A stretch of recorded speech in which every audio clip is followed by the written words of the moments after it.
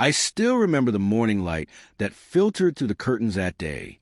It was faint, almost apologetic, the kind that creeps in quietly, as if afraid to disturb the silence in the room.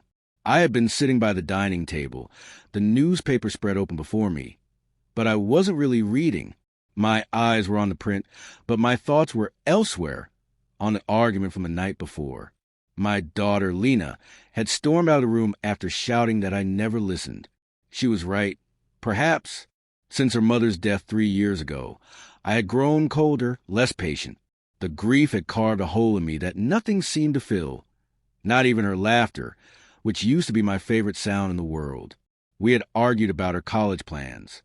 She wanted to study music abroad, and I wanted her to stay close, to choose something stable, something that would guarantee her a future.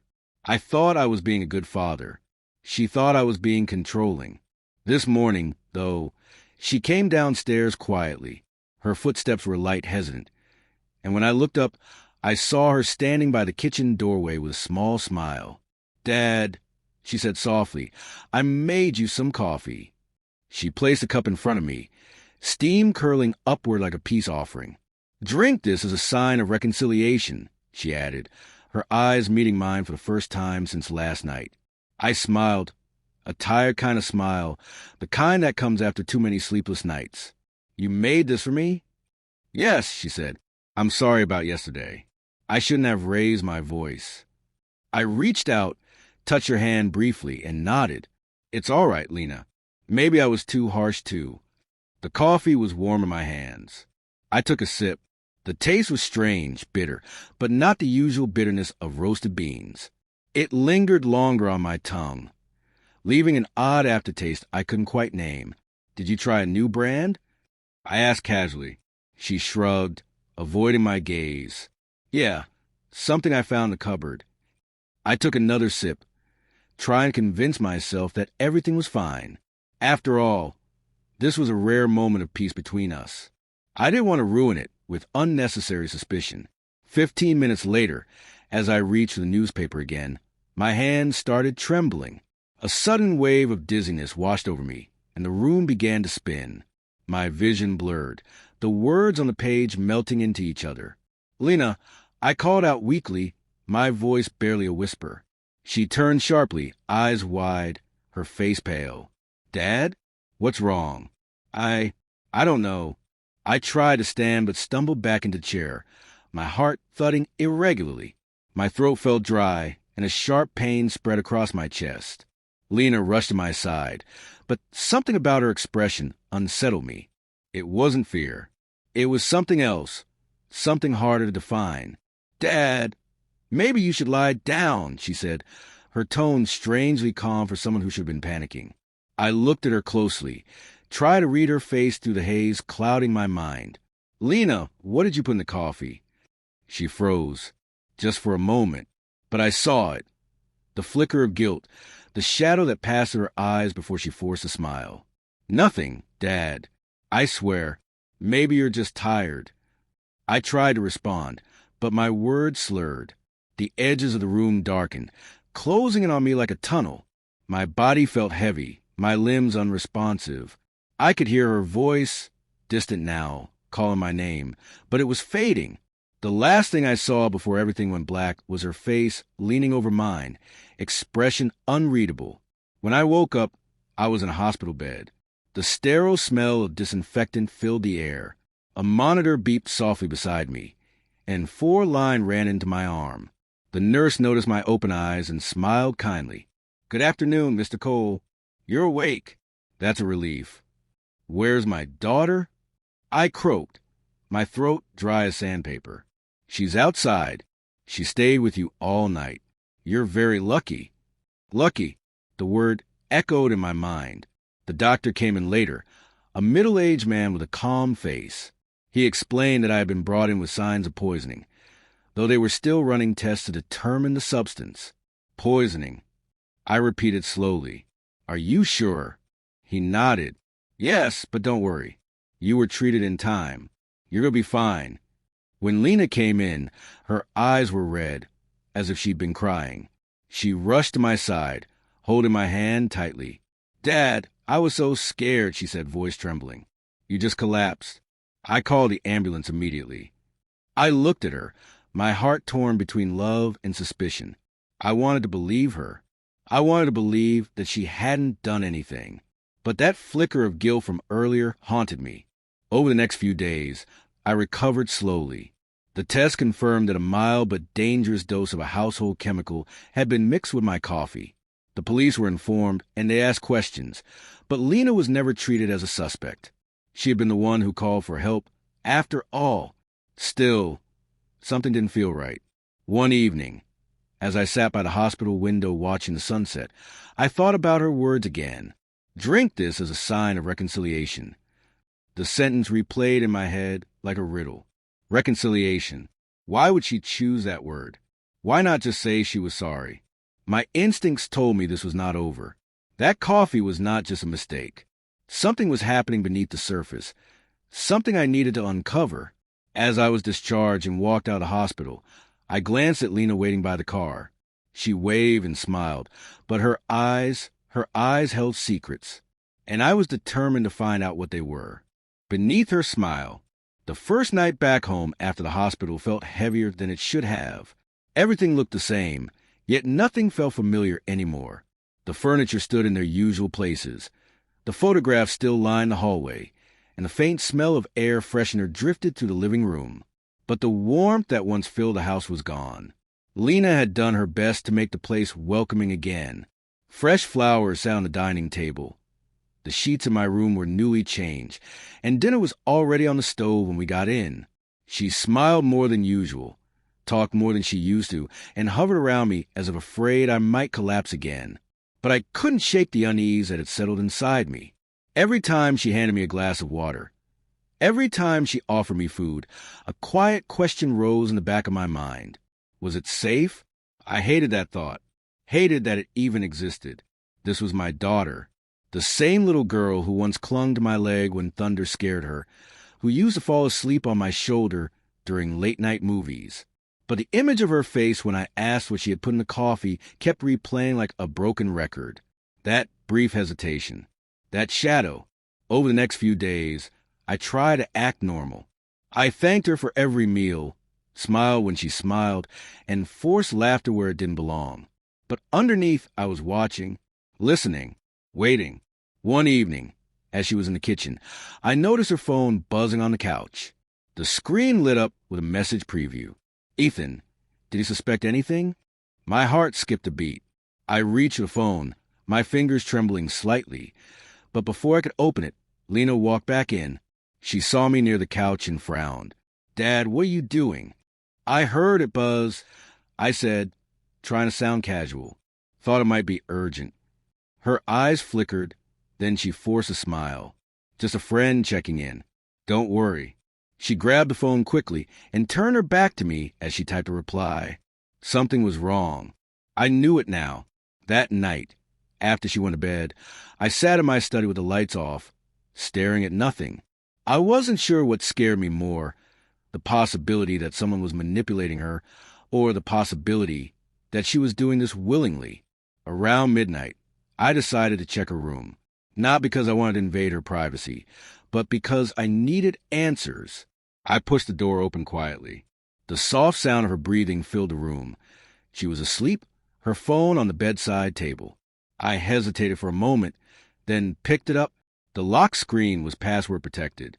Of course it was. I sighed and set it back down, but something else caught my attention.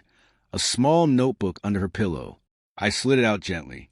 Inside were scribbled notes, lyrics, and fragments of what looked like song ideas. But between the pages, I found something that froze me completely. A photo. It was a man, mid-30s, sharp features, clean-cut, confident smile. The same name was written beneath it in Lena's handwriting. Ethan. Who was he? I flipped the page and found a receipt from a hotel downtown, dated a few weeks before our argument. 2 names were listed on the reservation, Ethan and Lena. My chest tightened. Was she seeing him? Was he influencing her? My mind spiraled into a storm of questions. The next morning, I decided to find out who this man was. I waited until Lena left for the library. then took the receipt and headed to the hotel. The receptionist was polite, but hesitant when I showed her the paper. "Yes, they stayed here," she said after checking her computer. "Just one night. A young woman and a man." "Do you remember what the man looked like?" I asked. She nodded. Tall, fair-skinned, dark hair. Seemed very protective of her. I thanked her and left, my thoughts tangled and dark. Back in my car, I sat there for a long time, staring out the windshield. Protective. The word bothered me. When I got home, Lena was already there, sitting on the porch with her guitar. She looked peaceful, strumming softly, humming a tune. When she saw me, she smiled as if nothing in the world was wrong. "Hey, Dad, you're home early." I forced a smile. "Yeah, just wanted to rest a bit." She nodded and went back to playing, but my eyes lingered on her. Every note she played now felt loaded with hidden meaning. That night, I couldn't sleep.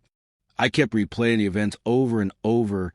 The argument, the coffee, the hospital, Ethan's name. The pieces didn't fit neatly, but they formed a pattern. I needed proof. The following day, I called my friend David, a retired detective who owed me a favor. "David," I said, trying to keep my voice steady, "I need you to look into someone for me. His name's Ethan. I don't have much else, but I believe he's connected to my daughter." David didn't ask too many questions. He never did. "Send me what you have," he said. "I'll see what I can dig up." I sent him the photo and waited. Those next few days were the longest of my life. When the call finally came, his voice was heavy. "Mark, I found him. Ethan Walsh, 29, works in real estate. But that's not the interesting part. He was arrested 2 years ago for fraud and assault. Charges were dropped due to lack of evidence." My blood ran cold. "You're sure it's the same man?" "Positive," he said. "And there's more. He's been living under different aliases lately. You might want to be careful." Careful. The word echoed like a warning. When I hung up, I sat in silence. So this man, this Ethan, had a record, and now he was close to my daughter. I didn't know if he was using her or if she was part of whatever he was planning. That evening, I decided to confront her. She was in the kitchen, chopping vegetables for dinner. The knife moved rhythmically against the board. "Lena," I began carefully. "Who is Ethan?" Her hand froze midair. "What?" I found his photo. I went to the hotel. Her eyes widened. For a moment, she looked like a child caught stealing candy. Then something hardened in her expression. "You went through my things?" "I had to. You almost killed me. Lena, I needed answers." Her lips trembled. "I didn't mean to hurt you. I swear, it was supposed to be just a scare." My heart sank. "A scare?" "Lena, I was poisoned." Tears welled up in her eyes. "Ethan said it would just make you sick for a few hours. He said it would make you realize how fragile life is. That maybe then you'd stop controlling me." I stared at her, unable to process what I was hearing. "He told you to do that?" She nodded, crying now. "I didn't know it was that dangerous. I just wanted you to see me, to listen." I took a deep breath, trying to keep my voice calm. "Where is he now?" "I don't know. He hasn't answered my calls in days." The betrayal stung sharper than the poison ever could. I wanted to be angry, to shout, but all I felt was exhaustion. "Lena," I said finally, "you're not in trouble. Not yet, but you need to stay away from him. Promise me." She nodded weakly. That night, I called David again. "He used her," I said. "He's manipulating her. I need to find him." "I'll keep digging," David replied. "But be careful. Guys like him don't disappear without a reason." Days passed, but Ethan remained a ghost. Lena withdrew into herself, barely eating or speaking. The once lively spark in her eyes was gone. Then one morning, an envelope appeared on our doorstep. No return address. Inside was a single photo, Ethan and Lena together, smiling. On the back, a note written in neat handwriting. "She's mine now." My hands shook as I read it. That was the moment I realized this was no longer just about betrayal or control. This was war. And I wasn't going to lose my daughter again. Morning came slowly, dragging its gray light through the curtains. I had not slept a single minute. The photograph from the envelope lay on the table beside me, its edges slightly curled from the pressure of my hands. I must have stared at it for hours, memorizing every detail. Lena's smile looked genuine, almost radiant. Ethan's arm was around her, his face turned slightly toward the camera, confident, possessive. The words on the back still echoed in my head. She's mine now. I tried to tell myself it was just a threat, maybe a scare tactic to keep me away. But deep down, I knew it meant something more. Ethan was sending a message. He was still watching us. I went to Lena's room, hoping to find her asleep, but the bed was empty. Her closet door stood open, and a few of her clothes were gone. On her desk, her phone charger was missing. My heart sank. She had left. I rushed to the front door, half expecting to see her outside, but the street was quiet. No sign of her. I called her phone. It rang twice before switching to voicemail. My voice cracked when I spoke. "Lena, it's Dad. Please call me back. You don't have to run. We can fix this." I tried again. Nothing. By the third call, I felt the panic rising in my chest. My hands shook as I scrolled to David's number. He answered on the first ring. "David, she's gone," I said, trying to keep my voice steady. "Lena's gone." He paused. "When did you last see her?" "Last night. She was in her room. There was a photo on the doorstep this morning. Ethan must have her." "I'll check the bus and train stations," he said quickly. "Send me the photo. We'll find her." I sent the picture and sat down, trying to breathe. The silence in the house was unbearable. Every sound, the ticking clock, the hum of the refrigerator, felt too loud, too alive. I couldn't just sit and wait. I grabbed my keys and drove out. The roads blurred as I tried to think logically. Where would Ethan take her? Somewhere quiet. Somewhere he felt in control. The hotel. It was the only place I knew connected them. When I got there, the receptionist recognized me immediately. I didn't waste time with small talk. "The man from before, Ethan Walsh. Has he been here again?" She hesitated, glancing around as if worried someone might hear. I'm not supposed to share guest information. I leaned closer. "Please, my daughter's missing. I think she's with him. Just tell me if they've been here." She looked at me for a long moment before lowering her voice. "They checked in last night. Room 214. My heart pounded. "Are they still there?" "I don't know. They left early this morning, I think, but you might want to check." I thanked her and hurried up the stairs, 2 at a time. The hallway smelled of stale air and detergent. Room 214's door was slightly open. I pushed it gently. The room was empty, but there were signs they had been there. 2 coffee cups on the table, a half-eaten sandwich, a woman's scarf that I recognized instantly. It was Lena's. I picked it up, pressing it against my chest, trying to steady my breathing. Then I noticed something else, a folded piece of paper on the bed. I opened it carefully. The handwriting was hers. "Dad, please don't follow me. I need to do this. Ethan says he can help me start a new life, somewhere far away from all this. Please don't come after us."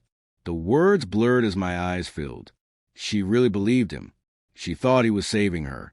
I sat down on the edge of the bed, staring at the note. The sunlight through the curtains painted lines across the floor, cutting the room into fragments.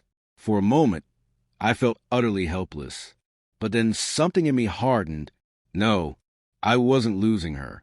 Not to him. Not after everything. I called David again. "He has her," I said. "They stayed at the hotel last night. They're on the move." "All right," he replied. "I'll contact a friend in traffic surveillance. We'll try to trace his car." An hour later, he called back. They were spotted on the highway heading north, toward Brookfield. It's mostly farmland and abandoned properties up there. "I'm going after them," I said immediately. "Mark, don't do anything reckless," he warned. "If he's dangerous." "I don't care," I cut in. "She's my daughter." The drive north felt endless. The city slowly gave way to open fields and dusty roads. The air grew quieter, the world emptier. My phone buzzed occasionally with updates from David, But by afternoon, the trail went cold. I stopped at a small gas station to refuel and show Ethan's picture to the attendant.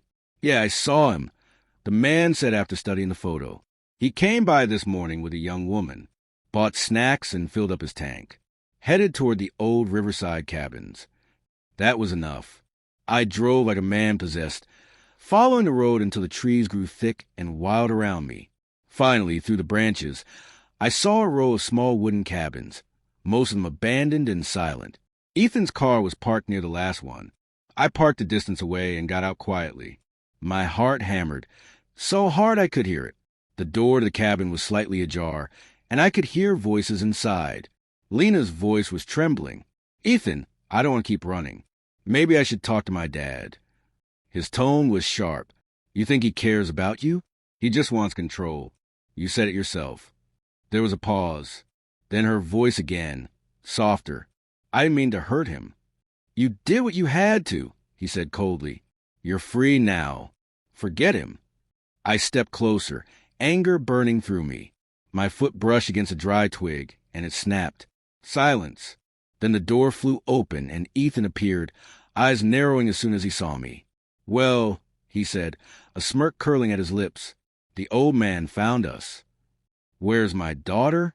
I asked, my voice low. "She's fine," he said. "You should have stayed away." Lena appeared behind him, eyes wide with shock. "Dad." "Come with me," I said, reaching out to her. "We're going home." But Ethan stepped between us, his hand sliding into his pocket. "You're not taking her anywhere." I froze, unsure if he had a weapon. The tension was sharp enough to cut through the air. "Lena," I said slowly, keeping my eyes on Ethan, "look at me. This man is lying to you. He used you. He made you poison me." Her lips trembled. "He said it would just make you sick. He said you'd finally listen." "I'm listening now," I said softly. "But you need to come home." Ethan laughed. "You think she's going back to that life? To your rules?" "No, she's with me now." Something in Lena's expression shifted. She looked at him, confusion turning into realization. "You used me," she whispered. He turned to her sharply. "Don't start this again." I saw my chance. I lunged forward, grabbing his arm. He swung at me, and the struggle broke into chaos. The room blurred as we crashed into a table, sending it sprawling. Lena screamed. Ethan shoved me hard, but I caught his wrist before he could reach his pocket again. "Run, Lena!" I shouted. She hesitated, tears streaming down her face, then turned and bolted out the door. I wrestled Ethan down, years of anger and fear pouring into my fists. Finally, he went still. When I looked up, Lena was standing in the doorway, shaking. Her eyes met mine, full of shock and relief. "Dad," she whispered. I stood, breathing heavily. "It's over." We drove back in silence, the air thick with everything we didn't say. She stared out the window, her hands clenched in her lap. When we reached home, the sun was setting, painting the sky in shades of red and gold. She turned to me finally. "I'm sorry, Dad. I didn't see what he was doing." I reached over and took her hand. "You don't have to apologize. You just have to heal." As the night settled in, I looked at her and realized something painful but true. I had almost lost her, not just to Ethan, but to my own stubbornness. This time I would listen. The danger isn't over yet. What if Ethan isn't finished? The morning after we returned home, the house felt heavy, as if the walls themselves were holding their breath. I stood in the kitchen, staring at the half-empty cup of coffee on the counter. I hadn't touched it since the day Lena offered it to me with that innocent smile. The memory made my stomach tighten. I poured it down the sink and watched the dark liquid swirl away, taking with it everything I wanted to forget. Lena was still asleep. I could hear her faint breathing from down the hall, soft and uneven. I wanted to believe that bringing her home meant safety, that it was all over. But the truth gnawed at me. Ethan was still out there, and men like him didn't give up so easily. I brewed a fresh pot of coffee, the aroma filling the quiet space, and sat by the window. The street outside looked calm, almost deceptively peaceful. But I couldn't shake the feeling that something was watching me, waiting. My phone buzzed. It was David. "Mark," he said, his voice low. "We found Ethan's car abandoned near the woods." There were signs of a struggle. No sign of him yet. I exhaled slowly. "He's alive, isn't he?" "Most likely," David replied. "But he's gone underground. Keep your doors locked, and don't let Lena out of your sight." "I will," I said quietly. "Thanks." When I hung up, I caught my reflection in the glass. The man staring back at me looked older, worn down. My eyes had lost that easy calm I used to have. There was something colder there now, something that came from knowing how close I'd come to losing everything. Around noon, Lena came into the kitchen. Her eyes were swollen from crying, and she looked fragile, like one wrong word could break her. "Morning," I said softly. She nodded, her voice barely audible. "Morning." I poured her some tea instead of coffee. She wrapped her hands around the mug, as if seeking warmth from it. "I remember everything," she said after a while, her voice trembling. "He told me lies about you, said you were controlling, that you hated me for being independent. I believed him because I wanted to believe someone understood me. I listened, saying nothing. She needed to speak. He said the coffee was harmless, just something to make you calm down," she continued, tears rolling down her cheeks. "I didn't know it would hurt you. I swear, Dad, I didn't know." I reached across the table and took her hand. "I know, Lena. You don't have to explain. He manipulated you. That's what people like him do. They find your weak spots and twist them." She looked up at me, guilt heavy in her eyes. "I almost killed you. You saved me, too," I said. "You warned me without even realizing it. That's what brought me back." We sat there for a long time, letting silence fill the space between us. Later that day, I called the police to give a statement about Ethan and the cabin. They promised to investigate, but I could hear in their tone that he'd already slipped through their fingers. The system always seemed one step behind. That night, I couldn't sleep again.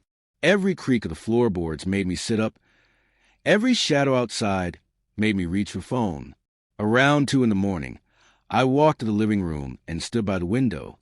A faint drizzle painted streaks on the glass. Across the street, a black sedan sat parked with its headlights off. My heartbeat quickened. I stepped closer, squinting into the dark. The car engine started. Headlights flashed for a second, then it pulled away slowly, disappearing around the corner. Coincidence, I told myself. Just coincidence.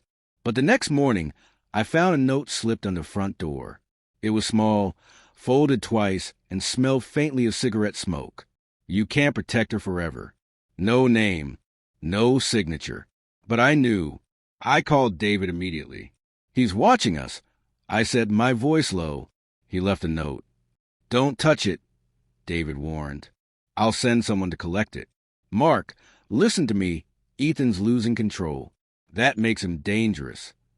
I hung up and checked every window and door, making sure they were locked. Lena stayed in her room most of the day, sketching in her notebook. I could see the faint outlines of faces through the paper when I walked past. One of them was mine. Another looked eerily like Ethan. That evening, I cooked dinner, though neither of us ate much. The tension was thick, unspoken. I tried to keep things normal, talking about mundane things, the weather, her old friends, the upcoming term. But every mention of the outside world made her flinch. "Dad," she said quietly after a while, "what if he comes back?" "Then I'll be ready," I said firmly. "You can't fight him forever." "I don't need forever," I replied, "just long enough to end this." She didn't respond. She just stared at her plate, lost in thought. That night, I set up a small camera by the front porch, one I use for work back when I still handle security systems. I connected it to my laptop, watching the live feed. The empty driveway looked almost too still.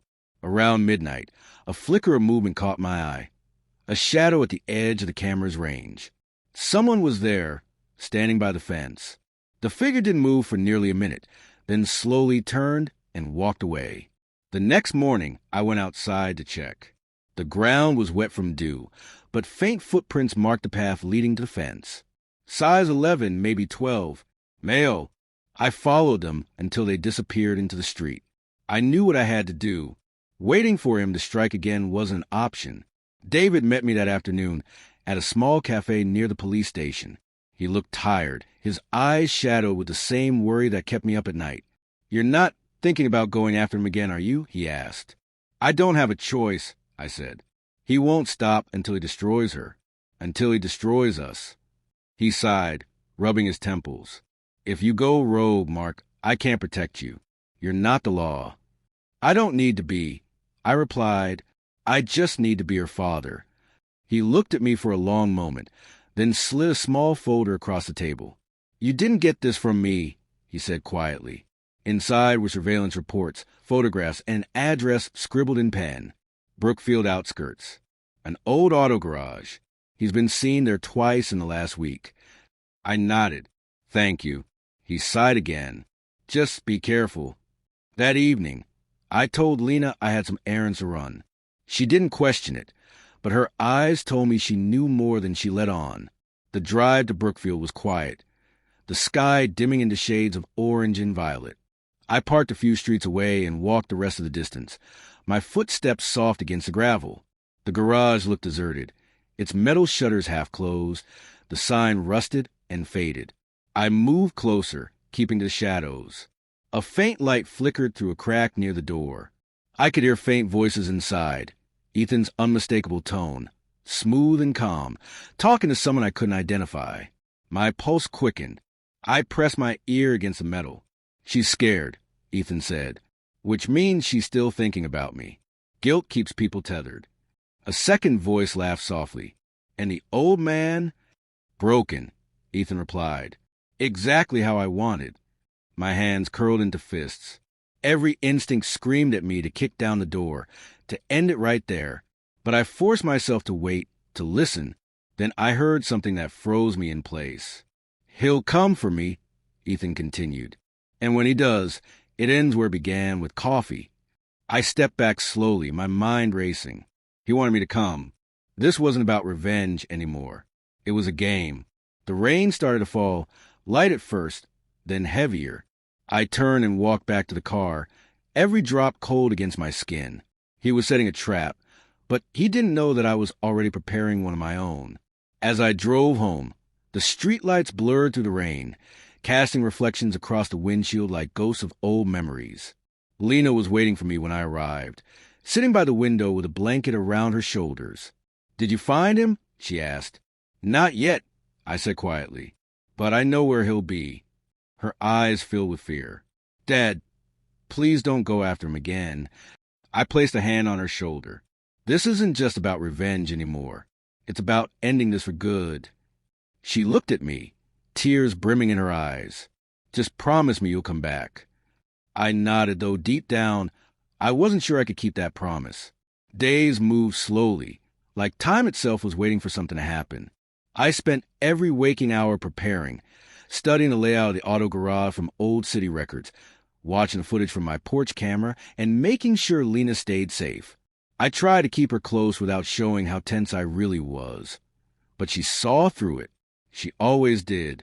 She stayed quiet most of the time, sketching again, her drawings darker now, figures with blurred faces, shadows stretching across pages. One evening, I caught her burning one of her sketches in the sink. The flame licked the paper until it curled and turned to ash. "Why'd you burn it?" I asked softly. "It was his face," she whispered. "I don't want to see it anymore." I didn't argue. Some ghosts needed to burn. By the third night, the rain had stopped. The air outside was cool and sharp, and the sky clear enough for stars to pierce through. I knew it was time. I checked my old toolkit, flashlight, small crowbar, and a recording device. I slipped a small knife into my jacket pocket, not because I planned to use it, but because I refused to be helpless again. Before I left, I stood by Lena's door, watching her sleep. She looked peaceful, her face soft in the dim light. For a moment, I thought about turning back, forgetting it all. But then I remembered Ethan's voice, the sound of his laughter in that cabin, the way he had spoken about her, as if she were a possession. I couldn't let that stand.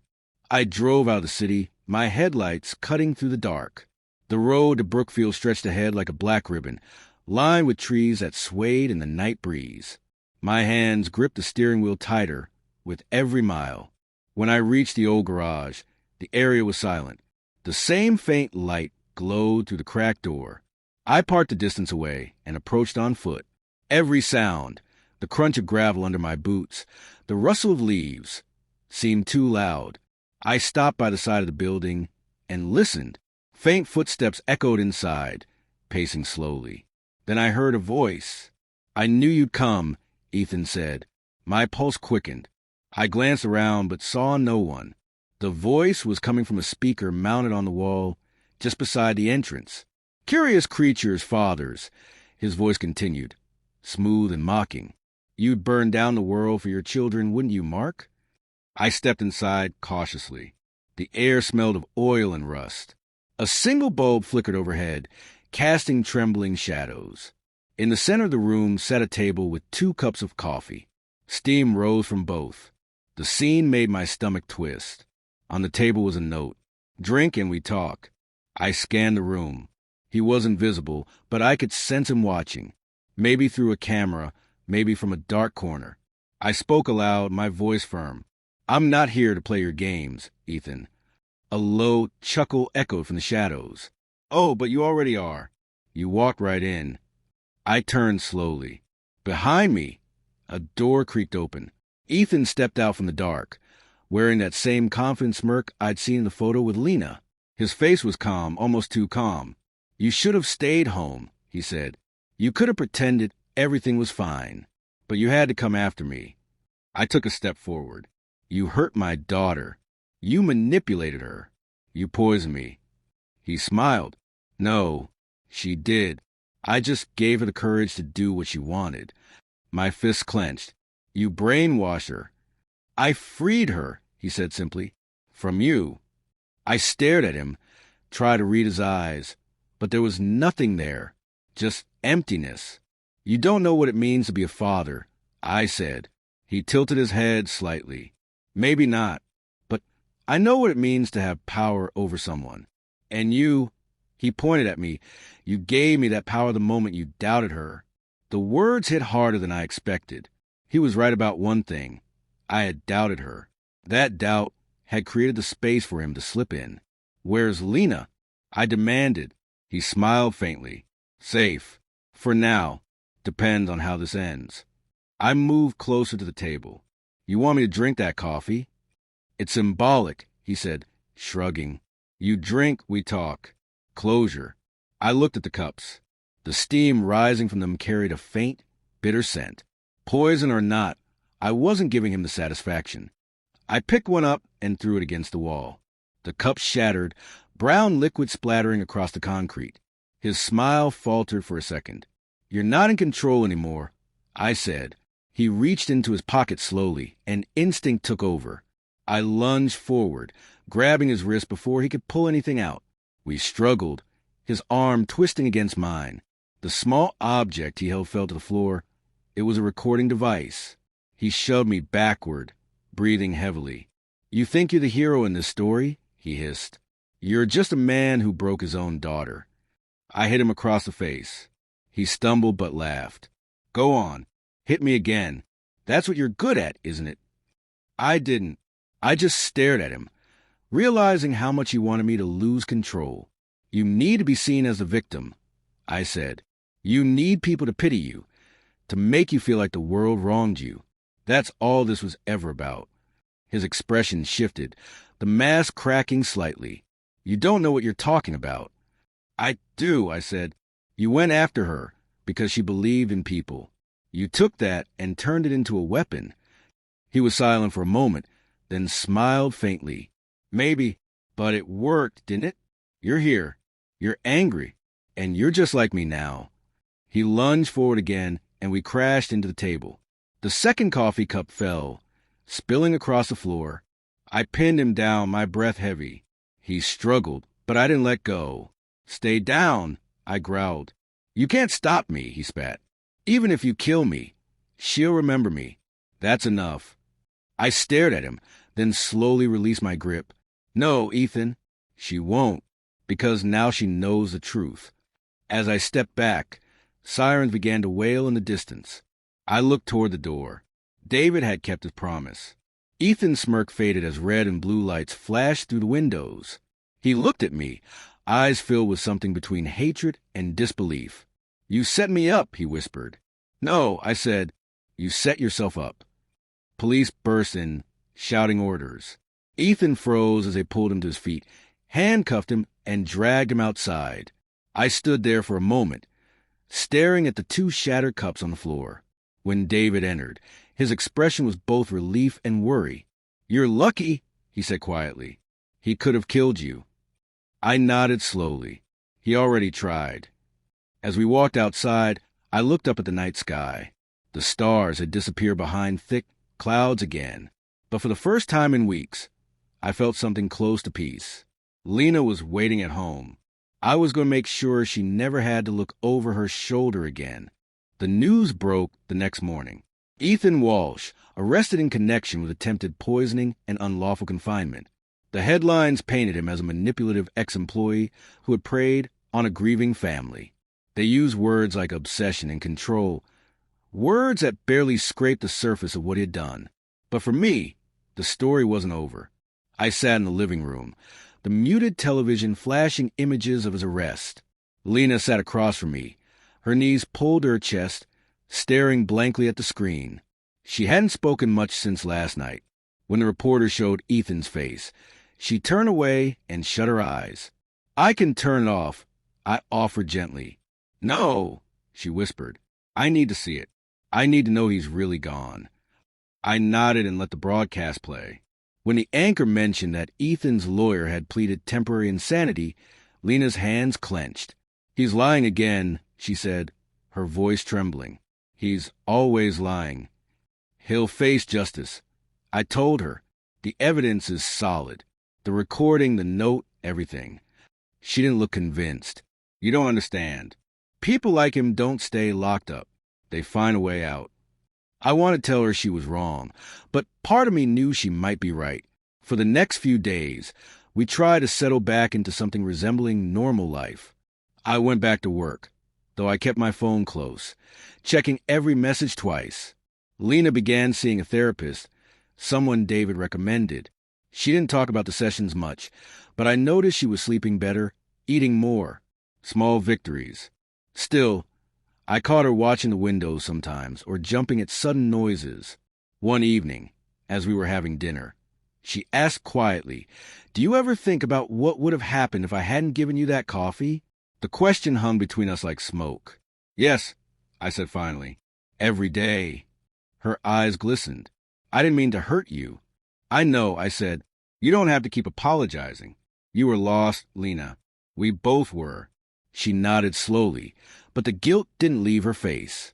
Later that night, after she went to bed, I stood outside on the porch. The wind carried the faint scent of rain. I could hear the distant hum of traffic, the world moving on, indifferent to everything we'd been through. That was when my phone buzzed. A new message. Unknown number. "You think this ends with me?" I froze. My heart started pounding. I read the message again, hoping it was a prank or a mistake. But the words felt too deliberate, too familiar. I tried calling the number, but it went straight to voicemail. I walked inside and locked the door, every nerve on edge. My first thought was that Ethan had found a way to contact me, but it didn't make sense. He was in custody. Or was he? The next morning, I drove to the police station. David met me outside, a cup of coffee in hand and dark circles under his eyes. "You look like you haven't slept," he said. "I got a message last night." I told him, from an unknown number. It said, "You think this ends with me?" He frowned. Could be a prank, or someone trying to stir things up after the media coverage. Or it could be him, I said. He shook his head. "Ethan's still in custody. I checked the logs myself this morning. No phone access, no visitors except his lawyer." "Then how?" "Mark," he interrupted gently, "sometimes your mind doesn't shut off after something like this. You start seeing ghosts in every shadow. It's normal, but I wasn't imagining it. I knew that tone, that phrasing. I'm not crazy," I said quietly. I didn't say you were. Just stay alert, but don't let this consume you again. He's behind bars. Focus on Lena. I wanted to believe him. When I got home, Lena was in the backyard, painting. The sunlight caught in her hair, and for a moment, she looked like the little girl she used to be before any of this started. I stood there watching her, thinking maybe David was right. Maybe it was time to stop chasing ghosts. But that night, I received another message. This one had a photo attached. It was a picture of Lena walking home from therapy earlier that day. The caption read, "She looks just like her mother." My blood turned cold. I called David immediately, my voice shaking. He's watching her. Someone's following her. "Send to me," he said. I forwarded the message and waited. 10 minutes later, he called back. "The number's masked," he said. "Untraceable for now." But Mark, this photo wasn't taken by Ethan. The timestamp is from 2 hours ago. He was still in his cell during that time. Then who did it? I asked. "I don't know," he admitted. "But whoever it is, they know where you live." I closed the blinds and double-checked the locks again. Lena noticed my tension. "What's wrong?" she asked. "Nothing," I said too quickly. She gave me a look. "You're lying." I sighed and sat down. "Someone sent me a message. A photo of you." Her face drained of color. "What kind of photo?" "From earlier. You walking home." Her lips parted, but no words came. She looked around as if suddenly aware of every window, every creak in the floor. "Dad, I told you this wasn't over," she whispered. I nodded slowly. "We'll handle it. Together this time." That night, I barely slept. Every sound outside made me check the window. I thought I saw movement by the fence once, but when I went to look, there was nothing there. Around dawn, I sat at the kitchen table, watching the light creep across the walls. Lena came in quietly, still in her pajamas. "We should leave," she said. "Leave." "This place," she whispered. "The house, the city, everything. We can start somewhere new." Running had always felt like weakness to me, but maybe she was right. Maybe safety wasn't something you stood your ground for. Maybe it was something you built again, far away. I looked at her and realized that whatever came next, I wasn't going to lose her again. I reached across the table and took her hand. "Okay," I said. "We'll go." Her eyes softened for the first time in weeks. "Promise?"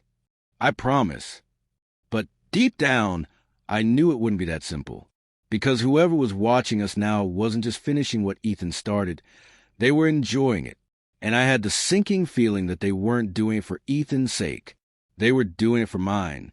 We packed in silence. The kind of silence that hums in your chest like static, heavy but controlled. Lena moved through the house like a ghost, collecting fragments of her life.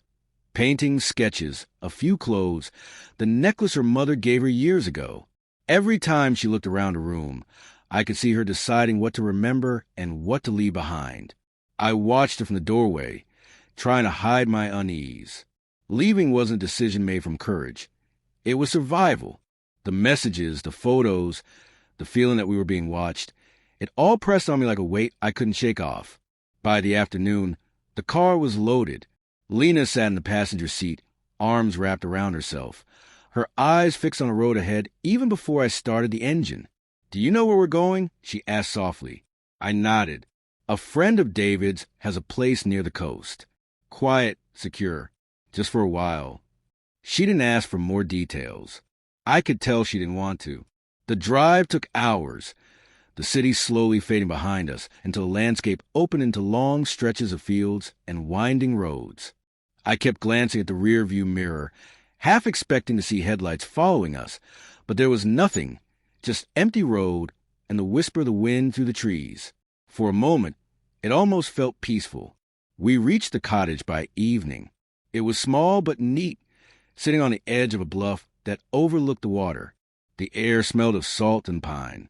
I stepped out first, scanning the area before unlocking the door. Inside was quiet wooden floors, a small fireplace, a pair of mismatched chairs by the window. "This will do," I said, mostly to convince myself. Lena nodded, her voice barely above a whisper. It's beautiful. We settled in.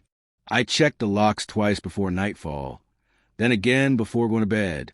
Sleep came in brief bursts, broken by every creak and distant sound. When dawn came, the light felt almost foreign, too bright against the weight in my chest. Lena was already awake, sitting by the window with a blanket over her shoulders. She turned when she heard me. "It feels strange," she said quietly, "like we're somewhere between running and hiding." "Maybe both," I admitted, "but at least we're safe." She gave a faint smile, though her eyes stayed on the horizon. Around midday, David called. "How's the place?" "Quiet," I said. "For now." "That's good. We're still working on tracing those messages. The phone they came from was a burner, bought in the city 2 weeks ago. But there's something else you should know." My grip on the phone tightened. "What is it?"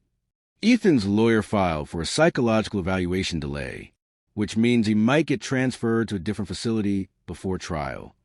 I went still. Transferred where? Still being decided, but it could mean less security for a few days. I stared out the window at Lena, who was sketching again, her pencil gliding across the paper. "If he gets out." "He won't," David said firmly. "We'll make sure of it. Just stay put and keep your phone close." I thanked him and hung up, but his reassurance didn't reach me. I'd seen too much, felt too much, to believe in promises anymore. That evening, the sky turned red as the sun dipped into the water. Lena cooked something simple, pasta with tomatoes, and for the first time in weeks, we ate together without the air feeling like glass. She even laughed once when I spilled some sauce on the table. It was fragile, that laughter, but it was real. After dinner, I stepped outside to take in the night air. The ocean waves crashed softly below, rhythmic and steady. I closed my eyes for a moment, letting the sound fill me. Then I heard it, a soft click. I opened my eyes and froze. At the far edge of property, near the fence, a camera flash blinked once, quick and deliberate. I ran toward it, shouting, "Hey!" But whoever was there disappeared into the dark before I reached the spot. All that remained was a faint imprint of footprints in the damp soil, leading toward the trees. I stood there for a moment, heart racing, the taste of salt and fear sharp in my mouth. When I went back inside, Lena looked at me immediately. "What happened?" "Nothing." I lied. Just a noise outside. She stared at me for a long moment, then said softly, "You're not a good liar, Dad." I sighed. "Someone was here. Took a photo. They're gone now." Her face went pale. "He found us." "I don't know if it's him," I said quickly. "Could be someone else." "But someone is watching us," she said, her voice trembling. I nodded slowly. "Yes." We spent the rest of the night with the lights off, every sound amplified by our fear. I stayed by the window until sunrise, the shadows shifting across the ground outside. Nothing else moved. In the morning, I called David again. He promised to send someone to check the area, but I could tell from his tone that there wasn't much he could do. After I hung up, Lena came over, holding her phone. "Dad," she said quietly, "look." She showed me a new message. The same unknown number. Running only makes it more fun. Below it was another photo. This time, it was the two of us sitting at dinner the night before. The angle was from outside the window. I felt my stomach drop. Whoever this was, they had been close. Too close. Lena's hands shook as she lowered the phone. "What do we do now?" I didn't answer right away. My mind was already racing, connecting pieces, retracing every step. Someone knew exactly where we were. Someone who wanted us to feel hunted. I looked out the window again. The ocean looked calm, endless, but I couldn't feel peace anymore. Only the sense that something was tightening around us like a noose. I turned back to her. "We fight back," I said quietly. "Whoever this is, they want fear. We'll give them something else." Her eyes searched mine. "What?" "The truth," I said. "We'll find out who's behind this, even if it means going back to where it all started." Lena's voice was small. "You mean the city?" I nodded. "And Ethan?" She looked terrified, but she didn't argue. For the first time since all of this began, she didn't just look like my daughter, She looked like my ally. We started packing again before nightfall. Every movement felt heavier, like the air itself knew we were being watched. As I loaded the last bag into the car, I looked back at the cottage one last time. The curtains shifted slightly in the living room window. I froze. There was no wind. No one should have been inside. And yet, the curtain moved slowly, deliberately, like someone watching us leave. The drive back to the city was long and silent. The road curved through the hills, the sky dim with clouds that threatened rain. Lena sat beside me, arms folded tightly, her eyes fixed on the horizon. Neither of us spoke, but we didn't need to. We both knew what this meant. Going back wasn't retreat. It was confrontation. Every mile closer brought the past back to life. The police station where Ethan had been processed. The neighborhood streets where we'd lived in quiet fear. The old office building where everything had started to unravel. It was as if we were driving straight into the heart of our ghosts. When we reached the city, the streets were busier than I remembered. Horns blared. People rushed by, oblivious of the storm that lived in us. I parked the car near the precinct and sat for a moment, trying to steady my breathing. "You ready?" I asked. Lena nodded, though her hands were trembling. "Let's finish this." Inside, the air smelled like coffee and paperwork. David met us in the lobby, his expression tight. "You shouldn't be here," he said immediately. "You were supposed to stay hidden." We got another message. I said, "A photo taken at the cottage. Whoever's behind this, they knew exactly where we were. That's not random." He sighed and rubbed the back of his neck. "You're right. We traced the phone signal again this morning. It wasn't from the city. It was pinged from the edge of the coast, near where you were staying." Lena's eyes widened. "So they were watching us in real time?" "Yes," David said grimly. "But here's the thing. Ethan didn't send it. He couldn't have. He escaped custody last night." The room went still. "What do you mean, escaped?" I demanded. "During his transfer," David said, "the van was intercepted on the outskirts of the city. 2 guards injured. One's in critical condition. We got every available unit searching, but he's vanished." My pulse quickened. "So the messages, the photos, it's all him?" David hesitated. "Maybe, but there's something else. One of the guards said Ethan wasn't alone when they saw him last. Someone helped him." Lena's voice cracked. "Who?" He shook his head. "We don't know yet. But whoever it is, they've planned this for a long time." The world seemed to tilt for a moment. All the pieces we've been chasing, the threats, the photos, the strange coincidences, they weren't random after all. Ethan wasn't just trying to scare us. He was hunting us. We left the station under police escort. David arranged for us to stay at a secure safe house outside the main district. It was a small apartment, clean and quiet, but every noise made me jump. That night, I barely slept. Around 2 a.m., my phone buzzed. I stared at it, half afraid to look. A message. "You shouldn't have come back, Mark." I stared at the words, bile rising in my throat. The next line appeared seconds later. "You took everything from me. Now I'll take what's left of you." I didn't wake Lena. I just sat there in the dark, staring at the glow of the screen until my eyes burned. By morning, I'd made a decision. Hiding hadn't saved us before, and it wouldn't save us now. We needed to end this.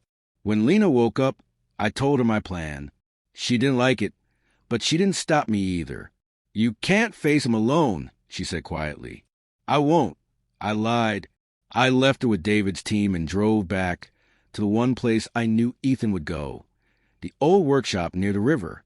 It was where he and I had worked together before things fell apart. Back then, it had been a place of creation. Now it was nothing but rot and dust. I parked a block away and walked the rest of the distance. The sky was gray, the air heavy with the promise of rain. The building loomed ahead, windows dark, doors slightly ajar. Inside, the smell of metal and mold hit me. My footsteps echoed off the concrete floor. "Ethan," I called. "It's over. Whatever you think you're going to do, it ends tonight." For a moment, there was only silence. Then a voice, low and sharp, cut through the air. "You think you get to decide how this ends?" He stepped out from behind a column. His hair was longer, his face thinner, but his eyes burned with the same cold fire. "I trusted you," he said. "You ruined me." "You ruined yourself," I replied. "You used my daughter. You crossed every line." He laughed softly. "I taught her the truth. You live your life pretending to be righteous, but you're just like me. You manipulate. You lie. You destroy." "I protected my family," I said. He took a step closer. "From what? The truth? You never told her what really happened the night her mother died, did you?" The words hit like a knife. "What are you talking about?" I asked, my voice tight. He smiled, a slow, cruel smile. "You told everyone it was an accident. But you and I both know you were driving. You'd been drinking that night. She wouldn't stop crying, wouldn't let you go. So you floored it. And when the car went off the road, you made sure the blame never touched you." I felt my chest tighten, my breath catching. "You're lying," I said, but the tremor in my voice betrayed me. He tilted his head. "Am I?" For a second, the world blurred. I saw flashes of that night. The rain, the headlights, the scream. The truth I had buried so deep even Lena didn't know. He saw it in my eyes. "There it is," he whispered. "That guilt. That's why you hate me.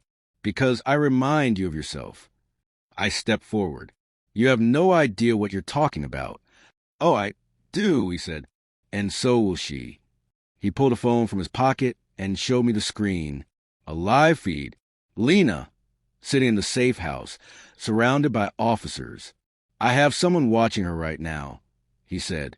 "One word from me, and she'll be gone before you reach the door." Rage flooded through me. "What do you want?" He smiled. "I want you to admit it. Say it out loud. Tell the truth, right here, or I end this my way." For a long moment, neither of us moved.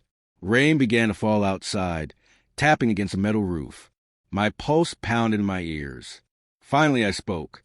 "I was driving. It was my fault. But it wasn't on purpose. It was a mistake. And I've lived with it every single day." Ethan's expression shifted, anger, satisfaction, and something close to relief. "Good," he said softly. "Now she'll know." Before I could move, a shot rang out. Ethan's body jerked, then collapsed to the floor. Behind him stood David, gun drawn, eyes steady. "It's over," he said. I stood frozen, unable to move. The phone clattered from Ethan's hand. David kicked it aside and put a call through to his team. Outside, the rain came harder, washing the dust from the steps. Lena arrived an hour later, escorted by officers. When she saw me, she ran straight into my arms. "Is it really over?" she asked. I looked at her, and for the first time, I didn't lie. "Yes," I said quietly. "It's over." She nodded, her head against my chest. But I knew that even though Ethan was gone, his words would never leave me. The truth was out now. And sometimes, truth is the heaviest burden of all. Weeks later, after the investigation ended, we left the city for good. The sea was calmer this time. The horizon looked endless. Lena started painting again. I started breathing again. But every time I drink coffee, I still taste the bitterness of that night. The night my daughter tried to make peace and everything changed. The shocking truth is finally revealed. But what happens after the storm? If you followed after our argument, my daughter made me a cup of coffee until the end. Hit like, subscribe, and turn on notifications for more gripping stories of love, loss, and redemption. Your support keeps the stories alive.